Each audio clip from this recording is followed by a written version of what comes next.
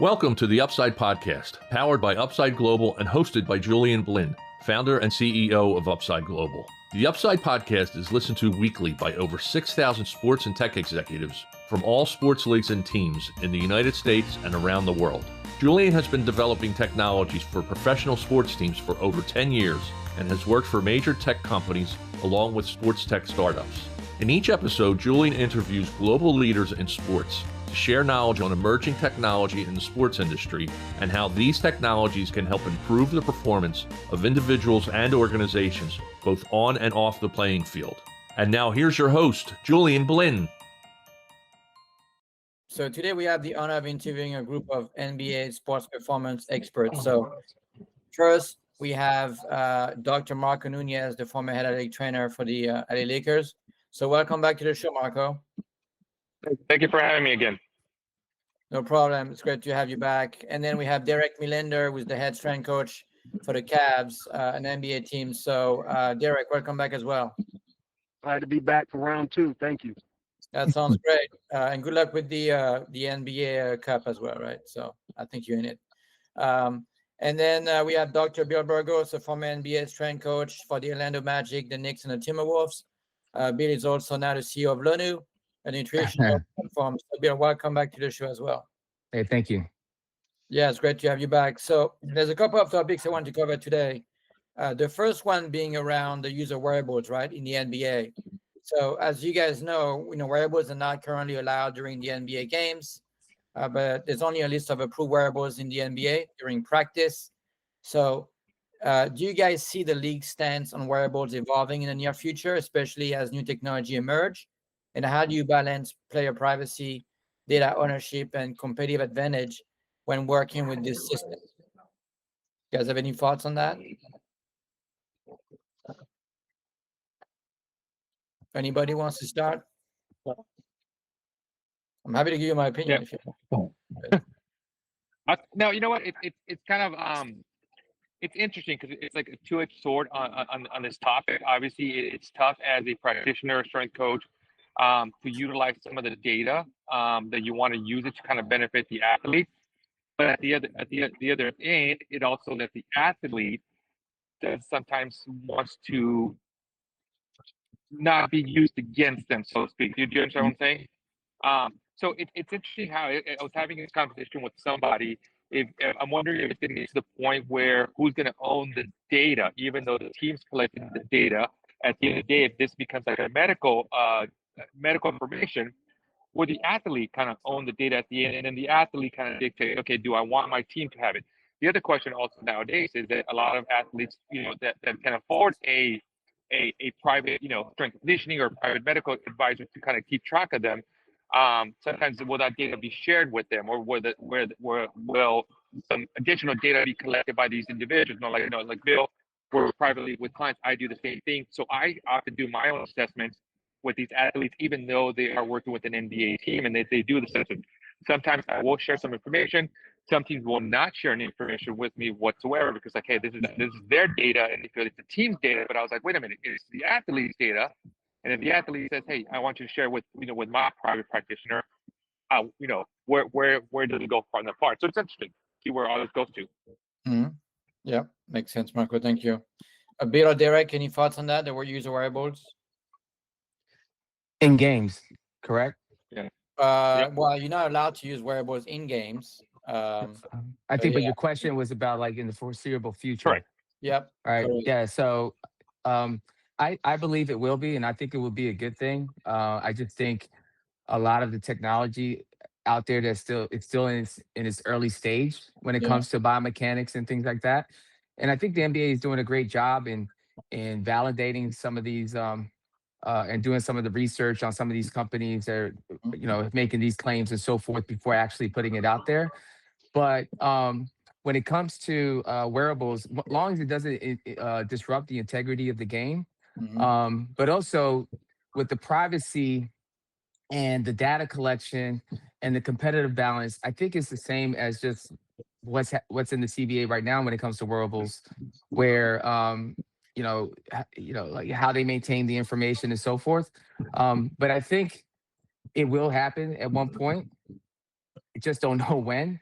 But I think as we continue to kind of like put this all together, I think it will happen soon. I mean, to be honest with you, I remember maybe 15 years ago, whatever the case may be, we were talking about, certain types of fabrics, where it's invisible to I mean, they know they're wearing it where it's invisible to the user. So this has been going on for quite some time. And you and I both know with this technology advancing quickly, especially lately with the whole AI, that I could see it happening soon. I think the NBA is doing a great job in taking the steps to go along with it. I think, there's companies that want to push it, but what we want to do is make sure that there's no um, what's call it interruption when it comes to the privacy data. But other than that, I think it will happen. Yeah, and I think they had the wearable committee since 2008, so it's been quite some time, right? Yeah.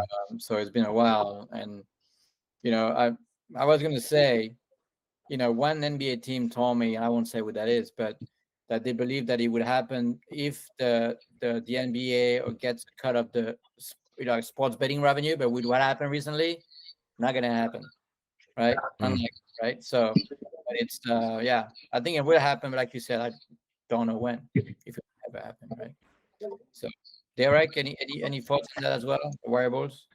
Yeah, I mean, I definitely think from a different lens, I think, the proper validated wearable can help improve the talent on the court. And I think ultimately that's what it's about, right? I think it's about, making the fans happy. And I think the more information that, we can collect and the information that we decide is appropriate to share to fans or others, I think it helps enhance the game. There's more interaction, with the game, having certain metrics displayed. But, and Bill and Marco can speak to this. I mean, we, as coaches, we've been using wearables for a long time now internally to help track our guys, whether that's, heart rate, monitoring, or if it's, again, items, sensors in pants or sensors in shoes to look at XLs, decels, or jumps. So I definitely see it progressing to, in game down the road whenever the NBA decides, it makes sense for them. And then just reading the Upside article that was recently released. So again, I think the current partners, like First Beat, like, Plantiga, or Aura, I think it's only a matter of time before, that information is disclosed. Yeah. And I remember a famous quote from the late David Stern, right? I think it was a quote where his vision was someday, maybe some coaches or practitioners will get live data about, hey, this player is getting dehydrated or is getting fatigued, right? And I think that's kind of where we're hoping that the industry is going to go. But like you said, I think it's just a matter of time until we get there. The question is kind of, you brought a point, and Bill brought a point, Derek brought a point, is that how is that data going to be utilized? Is it going to be actually utilized to benefit the athlete and the team? Or is it going to be displayed? Some metrics are going to be displayed that it's to the audience, to the viewers, to the fans. Yeah. And is that going to dictate or modify even some of the betting things going on, right? Like nowadays you see like statistics, you see like a probability. Hey, this team had a 99% chance of winning because there's like 3 minutes left on the clock. I think there was the thing with Duke where they were like a 99% chance of winning. But now did you kind of see how it fluctuates if a player gets hurt or if a player looks dehydrated, they're slowing down, they're cramping. Okay, now are the odds going to change? So it'll be interesting how they use all that analysis data for. Is it actually for the benefit of the team player, or is it for revenue making and all these other issues? So it'll be curious. Yeah. Yeah, I think it's going to be done right for sure. Yeah. Derek, you want to get something? Yeah, I just would selfishly, I would love for us to be able to track physiological load in game. I agree. For us to be able to layer that, with the mechanical, and we can have a ratio with that. And so I would hope at some point, soon we could get there where we would all feel comfortable about that. Right, and I agree. And the load that an athlete applies during practice and scrimmaging is different than an actual game situation. So be interested to collect that data on the part. Yeah, 100%. Hey, next question I want to ask you guys is around biomechanics. So the NBA is they launched a league-wide initiative to install standardized biomechanics labs in all 30 teams' facilities to collect consistent data on player movements, aiding in injury prevention and performance enhancement. So maybe Derek, if you don't mind, I think you guys are already part of that program, right? You part of the protocol, the program, Yeah, correct? yeah. We fortunately, we were able to get exposed to it, last season. We were one of the cohorts that were able to, get some feedback, for the league with this, and we built out a biomechanics lab. We took a good amount of space from the weight room and built out a really nice space that will be inviting for the guys. It's an attraction when people come through, when they see, hey, what is that? And they walk in, and we have the cameras around the wall and the built-in force plates, the desks, for the, biomechanists to, go through the assessment with the athletes. So we actually were able to have that, use that space for our pre-draft process. So it's nice to have a enclosed place for that as well too. So it's been good. This is year one with it, and it's multiple times a year that the players they all have to go through this assessment. And what's great about it is that it's a very like transparent process for the player. As soon as they're done with the assessment, if they have the app downloaded, they get the results of the scan right away, and they can share it with their agents or whomever. And then Yeah. obviously from our standpoint, we sit down with the athlete and break down exactly, what happened. It's still early, so there's not a ton of normative data, to be able to make, big interventions or changes, but it's great to at least start the process where it's everyone's using the same force plates, everyone's using the same camera system, and so forth. So, because sometimes, again, one team may have this company for a force plate, this company has one, and Yeah. so it's nice to have this, consistent way of doing this. So what I was going to Yeah. ask on that, so thank you, Derek. So how do you guys think that the coaching staff and strength and conditioning staff, how do you think they will utilize this biomechanical feedback to modify training regimens or on-court techniques, right, without overwhelming the players with technical information? And what are the biggest logistical or cultural challenges you anticipate in getting players to consistently engage with the new biomechanics testing, and given the already demanding NBA schedule? That's my question. Yeah. Is that a follow-up to me? Yeah. Yeah, I think it continues to show, and I was listening to a coach speak recently, about this, a coach at Virginia Tech, just about how do we show our athletes, that we love them. And, he broke it down to, time, right? Time that's spent with them. So I think this is more time that we're trying to figure out exactly how to optimize your career, how to maximize this opportunity that you have. So even though we don't necessarily know exactly how to use this information yet, like, because it's a lot of information that's being given to us, but we're putting in time. Like we're on the path to figuring out, this is why, when you land, you land with more, you're more of a knee dominant person when you land, or when you land, your strategy to jump is more hips. And again, like, what does that mean? Does that mean you've had some anterior knee pain and you're trying to avoid, knee flexion, so you sit back, or the vice versa? So I think it's all very helpful. And then we're just trying to figure out exactly, as practitioners, we're trying to figure out exactly what this means, and then obviously figuring out exactly what's the best way to articulate this to our athletes, where they continue to gain confidence, in why we need you to do this and give us really good effort. But so Yeah. far, the response Yeah. has been good, right, from the teams and the players. Yeah, again, because it's having a year for them to get exposed to it, to talk about it. I think they like the fact that, again, it's a really cool space to be in. And I guess it's kind of hard to explain until you've seen it. But again, when you're done and you're able to see, your art, your avatar and your body moving, and they'll say, hey, like, look at that, stop, pause, look at that position. And that's like, the guys kind of get, geeked out by that. So it's been really good to see them get locked in and engaged by it. And it's only a few times a year that we're asking them to do this. And it takes about, 15 minutes tops, 10, probably 10 minutes for most, to get through it. Okay, well, that makes sense. Yeah. I think one of the biggest positives or advantages you guys have now is very similar to when they created the EMR system with the league, that the information kind of was attached to the athlete and kind of follow them along, versus like when an athlete went to a new team, the sports medicine staff had to kind of create a whole new medical file for them, and okay, let's regroup, and then you would have to ask for have the other team email all their medical records, stuff like that, and kind of keeps it in one base. That's a positive thing. The other thing, Derek, a quick question for you on that part: are you allowed to use other teams' equipment if you need to reanalyze or reassess an athlete while you're on the road? I don't think so. Again, I think the way the NBA did a really good job of organizing, each test. And, so essentially you give these guys about, you probably have about 3 weeks to collect each scan.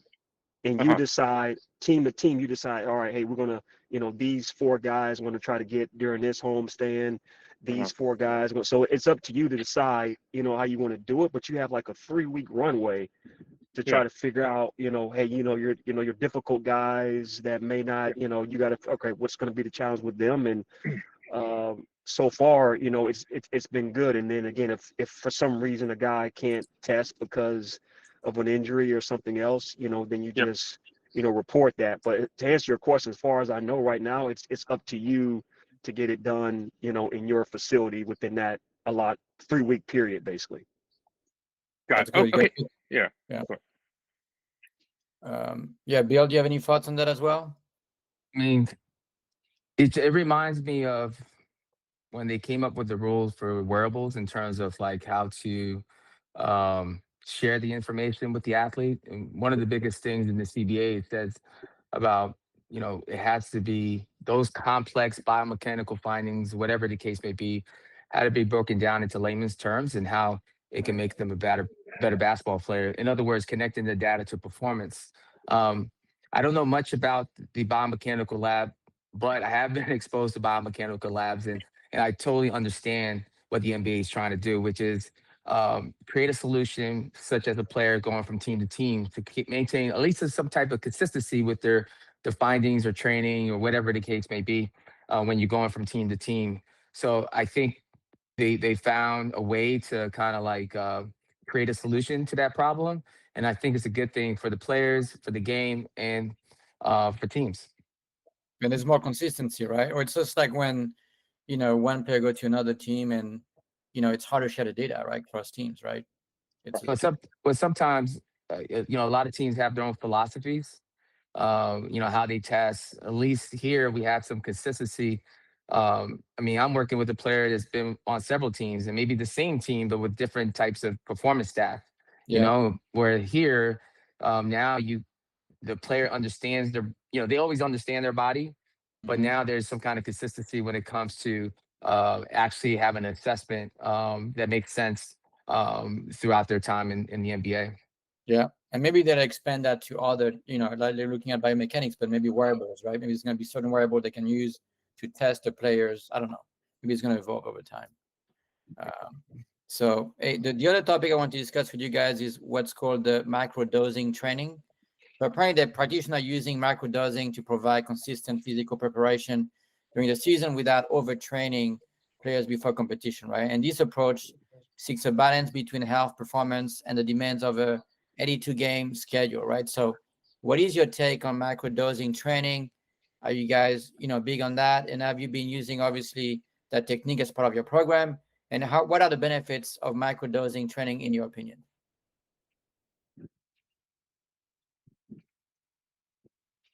Yeah, I think it's very helpful. I think it's, microdosing is beneficial, whether it's psychological, or physical. And again, I think as coaches, oftentimes we have to really make sure that our guys are practicing positive self-talk. So again, in short periods with guys, if you know that player has a tendency of having doubt or, can go into a negative place, making sure you're spending a little bit of time with them, helping them, get into that positive place before competition, or even after a game, so sometimes when our focus is on the lift or the conditioning, it could be maybe you're microdosing just some positive affirmations to make sure they realize the importance of sticking with it, staying with it. Tomorrow's a new day. Show up, where you're at right now. But in terms of the lifting part of it, it's a big part of what we have to do because of the demands of the schedule, and as the demands of the players, the more load they have on the court, especially if they're starters playing 30 plus minutes a game. A lot of times, that lift stimulus, it's a shorter duration, to get them in and out, and so we can get back to recovery and being ready for the next, competition. So definitely I value it, and I think there's a lot of ways to use it, to help you. It doesn't have to look the same way for everyone, but I do think it's an important part of NBA programming for sure. Yeah, that makes sense. Thank you, Derek. Bill or Marco, any thoughts on that? Microdosing training? I mean, I like it as well, but it all depends on the situation. Also, the athlete itself, like, do they have a strong foundation? If you think about the residual training effect, the detraining effect, if you have an athlete who's never lifted or never done anything, it's kind of challenged to kind of like develop in these small micro doses, because it's all about training under tension. It's all about the stimulus, how often, how long, and things of that nature.